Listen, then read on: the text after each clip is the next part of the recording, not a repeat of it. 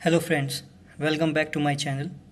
आज हम could be और कुड हैव का यूज़ कैसे किया जाता है इस बारे में पढ़ेंगे।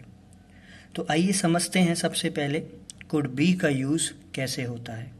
देखिए, जब भी कोई भी वाक्य हो सकता था, हो सकते थे, हो सकती थी पर ख़त्म होता है, लेकिन उन वाक्यों में क्रिया नहीं होती, यानी कोई भी वर्ब का यूज़ नहीं होता।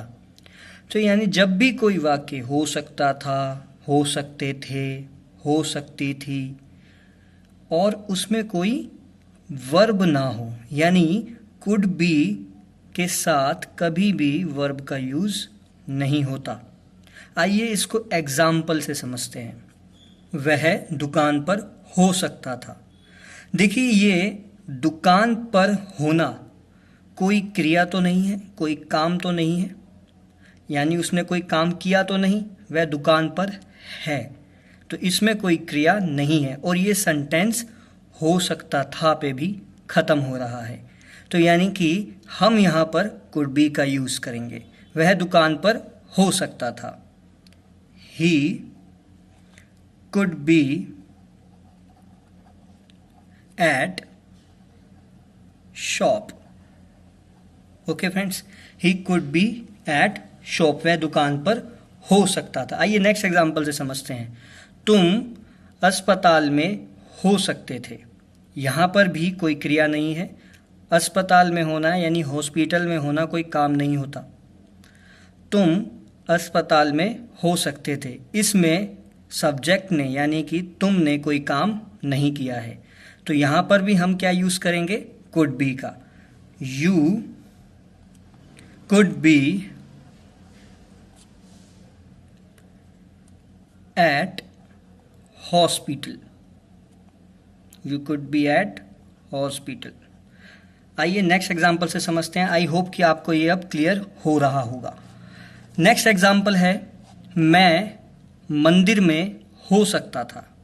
मंदिर में होना कोई काम नहीं है, मंदिर जाना काम है, मंदिर से आना काम है, लेकिन मंदिर में अगर आप ऑलरेडी हैं तो उसमें कोई काम नहीं है। मैं मंदिर में हो सकता था। I could be eight temple. I could be eight temple. आइए नेक्स्ट सेंटेंस से समझते हैं कुड बी का यूज़। वह डॉक्टर हो सकता था। देखिए, डॉक्टर बनना एक काम है, लेकिन मैंने यहाँ पे क्या लिखा है? वह डॉक्टर हो सकता था। तो यहाँ पर बनना यानी कि बिकम कोई वर्ब मैंने यूज़ नहीं की है। तो आइए इसको हम इंग्लिश में ट्रांसलेट करते हैं। वह डॉक्टर हो सकता था। He could be a doctor. I am sorry for my bad hand writing. Okay, आइए नेक्स्ट समझते हैं कुड हैव का यूज़ कैसे किया जाता है। आइए फ्रेंड्स, अब समझते हैं कुड हैव का यूज़ हम कैसे करते हैं। ये बड़े ध्यान से समझिएगा, ये थोड़ा आपको कॉम्प्लिकेटेड लग सकता है, लेकिन अगर आपने ध्यान से सुना तो ये बहुत ही ईजी है। देखिए, अगर आप कोई काम कर सकते थे, यानी कि कोई काम आप कर सकते थे, लेकिन किसी वजह से आप नहीं कर पाए। ऐसा हमारे साथ होता है कि हम कहते हैं यार मैं उसके घर जा सकता था, लेकिन मेरे पास एड्रेस नहीं था, है ना। ऐसा भी आप कह सकते हैं कि अगर मुझे 2 मिनट और मिलते एग्ज़ाम में तो मैं पूरा का पूरा क्वेश्चन पेपर आराम से सॉल्व करके आ सकता था। तो यानी कोई वजह रही कि आप वो काम नहीं कर सकते। तो इसलिए, लेकिन याद रखिएगा कहाँ पर ख़त्म होगा सेंटेंस कि कोई काम आप कर सकते थे। तो सकते थे, कोई काम आप कर सकते थे लेकिन आप नहीं कर पाए। अब याद रखिएगा कुड बी में तो कोई वर्ब यूज़ नहीं होती थी, लेकिन कुड हैव में वर्ब की थर्ड फॉर्म का यूज़ 100% होगा ही होगा। आइए इसको एग्जाम्पल से समझते हैं। एग्जाम्पल से ये बहुत आसान हो जाएगा। मैं अंग्रेजी सीख सकता था। मान लीजिए कि कोई इंग्लिश सीखना चाहता था। अब इंग्लिश तो वो सीख रहा था, लेकिन किसी कारण से, किसी वजह से वो अपने गांव चला गया, जिस वजह से उसे इंग्लिश का कोर्स छोड़ना पड़ा। तो अगर कोई कहता है उससे कि यार तूने इंग्लिश क्यों नहीं सीखी, तो वो कहेगा कि यार मैं इंग्लिश सीख सकता था लेकिन मैं गांव आ गया। तो इसका मतलब ये हुआ कि वो किसी वजह से कोई काम था जो कर सकता था, नहीं कर पाया, इसीलिए हम यूज़ करते हैं कुड हैव का। आइए इसको एग्जाम्पल से समझते हैं। मैं अंग्रेजी सीख सकता था, तो इसको ट्रांसलेट करेंगे, आई कुड हैव, सीखने की third form learned, I could have learned English.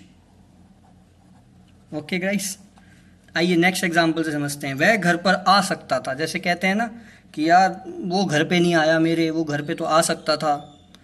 तो इसी हिसाब से हम यहाँ पर क्या यूज़ करेंगे, कुड हैव का। वह घर पर आ सकता था, ही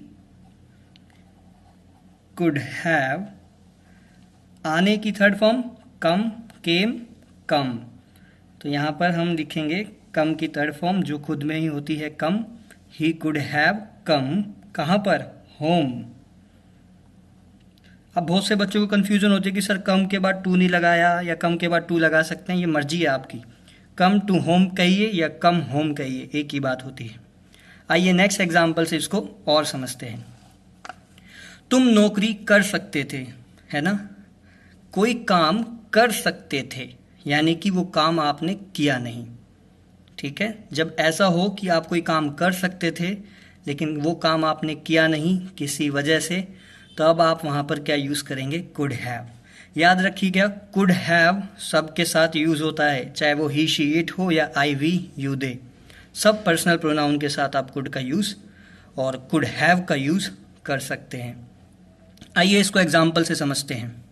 तुम नौकरी कर सकते थे, यू